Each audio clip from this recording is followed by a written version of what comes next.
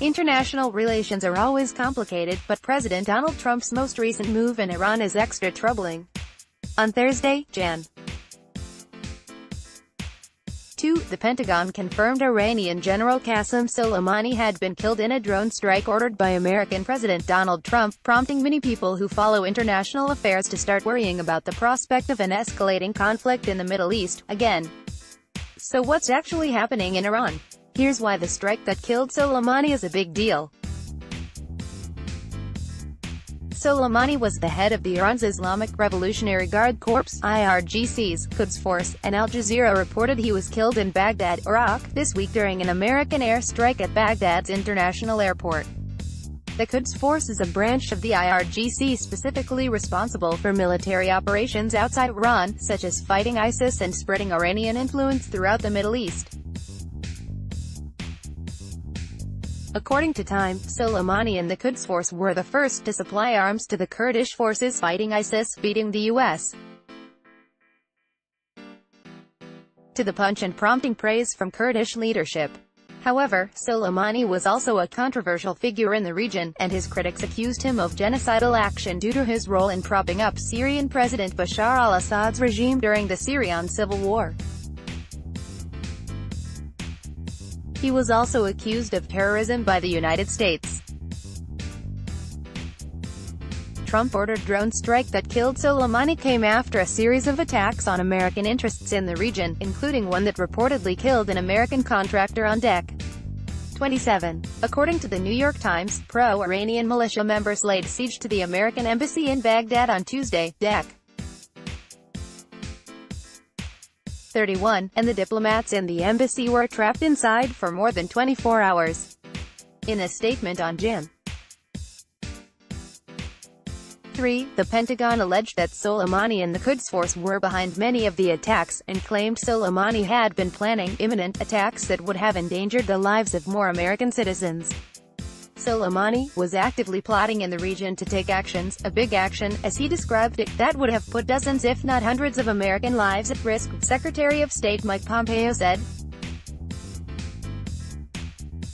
Citing unnamed senior American defense officials, NBC News subsequently reported Soleimani had allegedly planned attacks on U.S. targets in Lebanon and Syria. Nicholas Cam, AFP, Getty Images. However, the move to assassinate an Iranian official is likely to have overwhelming diplomatic, and even military, impact. While the United States designated Soleimani and the Quds Force as terrorist entities, Soleimani was popular in Iran, and his death was met with swift outrage in his own country. Iran's Supreme Leader, Ayatollah Ali Khamenei, promised harsh revenge against the United States, and has asked his country to go into 3 days of national mourning. After the news of Soleimani's death spread around the world, one Iraqi general suggested, some will celebrate, some will mourn, some will seek revenge, per the Daily Beast. The move also escalates existing tensions between the United States and Iran, including over Iran's nuclear ambitions.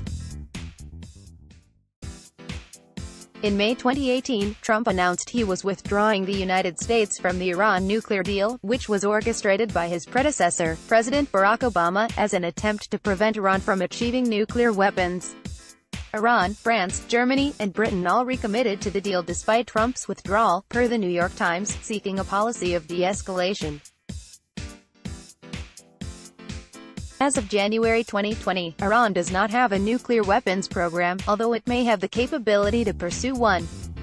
On Friday, January 3, Trump addressed Soleimani's killing from his Palm Beach estate.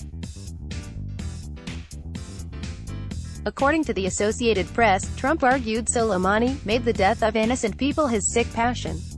He added, "We take comfort in knowing that his reign of terror is over." Newer photo, Getty Images. Soleimani's death was met with large protests in Iran, according to the New York Times, and mixed reactions around the world.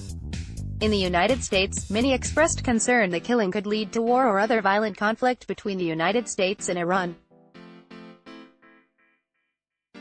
Many on social media compared the rising conflict to the post-9/11 invasion of Iraq, and warned of the possibility of destabilization or other violence in the region. 2020 Democratic presidential candidates Elizabeth Warren and Bernie Sanders warned Soleimani's death could have unintended consequences. As we all remember, Trump promised to end endless wars, Sanders said in an Iowa campaign event on Friday. Tragically, his actions now put us on the path to another war, potentially one that could be even worse than before, Warren shared Sanders' concern. This reckless move escalates the situation with Iran and increases the likelihood of more deaths in new Middle East conflict, Warren tweeted. Our priority must be to avoid another costly war. In his remarks about Soleimani's death, Trump said that his administration had taken action to stop a war, not to start one. The Trump 2020 campaign did not immediately respond to Elite Daily's request for additional comment on Sanders and Warren's remarks. Other members of Congress criticized Trump's move as amounting to an illegal act of war. Under the Constitution, Congress has the power to declare war. As of Jan. 3, American defense officials have decided to send 3,000 more Army troops to the Middle East in order to protect U.S. interests in the region, per NBC. The United States has also advised its citizens to immediately leave Iraq in case there is an escalation in tensions. Let's block ads. Why?